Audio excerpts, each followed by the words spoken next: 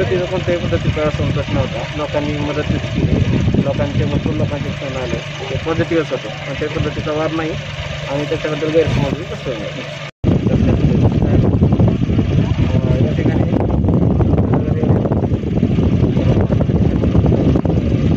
केलेलं आहे, त्याच्याबद्दल मी गैरसमज पसरवू नये. शासकीय त्याचं आपण दर्शन केलेलं आहे, त्याच्यावर कोणत्या प्रकारचे जर अफवा आपण पसरवल्या तर त्याच्यावर कारवाई करण्यात येईल. तर जे काही अशा पद्धतीच्या अफवा पसरवण्याचा आपण प्रयत्न केला त्याच्यावर सुद्धा आम्ही कायदेशीर कारवाई करणार आहे.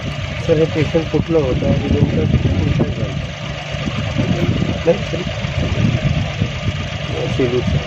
पेशंट सेलू परभणीतला आणि इकडे ॲडमिट केलेलं होतं. सर, इथं जपण्यासाठी कोणाची संबंधित सर्वांची होती जिम्मेदारी व्यक्तीची? जिम्मेदार व्यक्तींची सगळ्यांची इकडे या भागातले कोणाचीच अडचण नाही. 1-2 मिसचियस लोक होते, त्यांनी सुद्धा हा प्रश्न थोडाफार निर्माण केला होता. इथल्या सगळ्या लोकांचा याला कोणताही विरोध नव्हता आणि नाही आहे. काल रात्री आपला सेलूहून आपल्याकडे सेलू तालुका जिल्हा परभणी इथून आलेल्या महिलेचा दुर्दैवी कोरोनामुळे मृत्यू झाला आहे. त्यांना इतर आजार असल्यामुळे जे आपण उपचार करत होतो ते त्यांना सूट झाले नाही आणि त्यांचा काल रात्री मृत्यू झाला. आणि आपण महापालिकेतर्फे त्यांचे अंतिम संस्कार, एक पॅरेंट्स म्हणून आपण त्यांचे अंतिम संस्कार करत आहोत.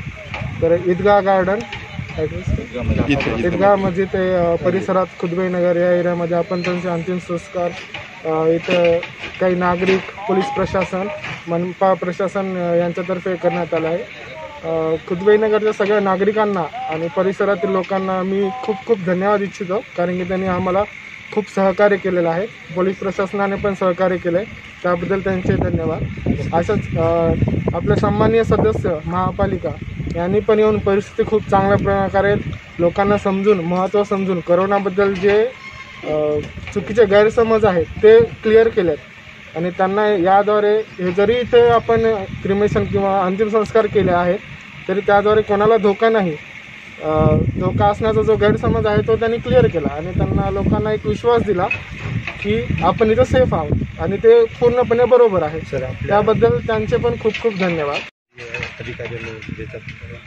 तर या पद्धतीमध्ये ज्या ॲम्ब्युलन्समध्ये आपण हे इस्माची आपण बॉडी आणली त्याला पण आपण सॅनिटाईज करून घेत आहे आणि आपण एक 20 वॉर्डचा 20 दिवसाचा प्लॅन बनवला आहे. त्याप्रमाणे आपण त्या प्रत्येक एरियात आपल्याकडे 3 मशीन आहेत सॅनिटायझेशनच्या, तर आपण आणि 50 हँडपंप आहेत, तर आपण त्यामध्ये पण आपण सॅनिटाईज करून घेतात. आणि जो कंटेनमेंट एरिया आहे आपण त्याला प्रायोरिटी दिलेली आहे की जिथे आपल्याला करोना पेशंट सापडला तिथे आपण प्रायोरिटीने आपण फवारणी करून घेतो, जेणेकरून की जर विषाणू म्हणजे परिसरात असतील तर त्यांचा प्रादुर्भाव लोकांना होऊ नये आणि आपलं जे आहे कंटॅमिनेशन जास्त होऊन संख्या करोनाग्रस्तांची वाढू नये या दृष्टीने आपण प्रयत्न करत आहोत.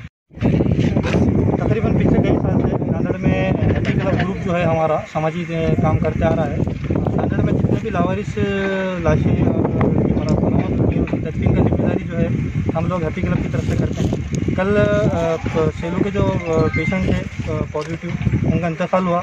नगर पालिका की तरफ से सादिक भाई, बेग साहब, रईस भाई, इनका फ़ोन आया कि भाई यहाँ पर तो मशवरे के बाद वो लोगों ने जिम्मेदारी जो है